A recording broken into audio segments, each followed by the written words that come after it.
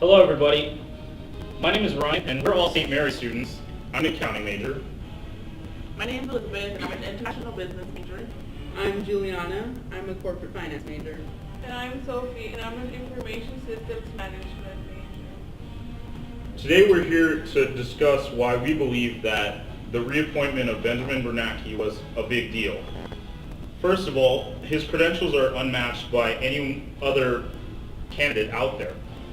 He was a Harvard graduate and an MIT graduate. He taught at the universities of Stanford, MIT, NYU, and Princeton.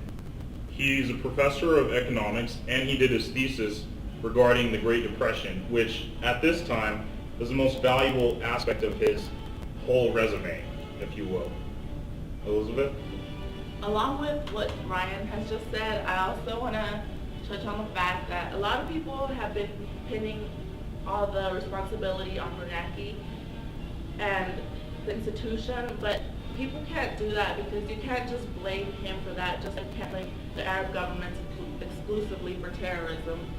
And everyone supporting him rallies behind the reasoning that it would just be too much of a mess to transfer power in such critical times. It would just cause unrest and confusion.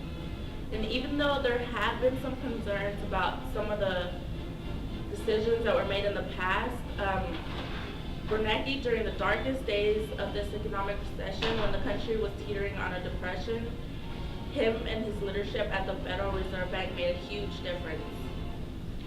And Bernanke has been credited with taking extraordinary measures to prevent the U.S. credit crisis from turning into an economic depression, but he has also taken credit that the Fed failed to spot the crisis before it struck.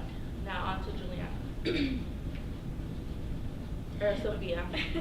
Okay, so we can see how Bernanke knows more about the course of the financial crisis than any other person.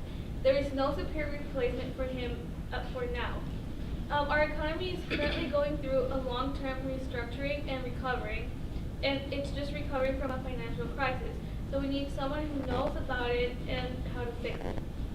Also, after the failure of the Lehman Brothers, the Fed did a great job on creating special facilities that allowed it to deliver both liquidity and capital to financial institutions. Without these policies, the economic conditions would be much, much worse. So we can see how Bernanke responded with the right actions and prevented the country from falling into a second Great Depression. Juliana?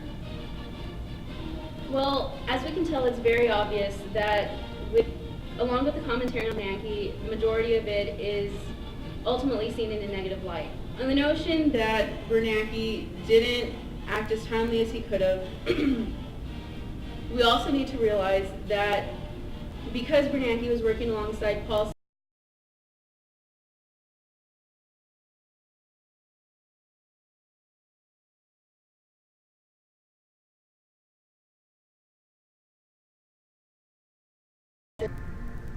because they weren't necessarily all on the same page, because they were ultimately competing against each other, they weren't as open to helping each other out in their jobs. So that was one of the main factors that caused the majority of the population to view Bernanke in a negative light as in terms of the bailout. Additionally, with Bernanke's reappointment, if he had not been reappointed, then the next best candidate would have been somebody who wasn't overly liberal and who wasn't overly conservative. Because of that, Congress would have therefore had to have stepped in, and the people wouldn't have been happy with that either. Because currently the people aren't happy with what Congress is doing, and they obviously aren't happy with what Bernanke was doing, so they would have ultimately led to unrest. I think that leads to the conclusion of our video, so thank you. Thank you.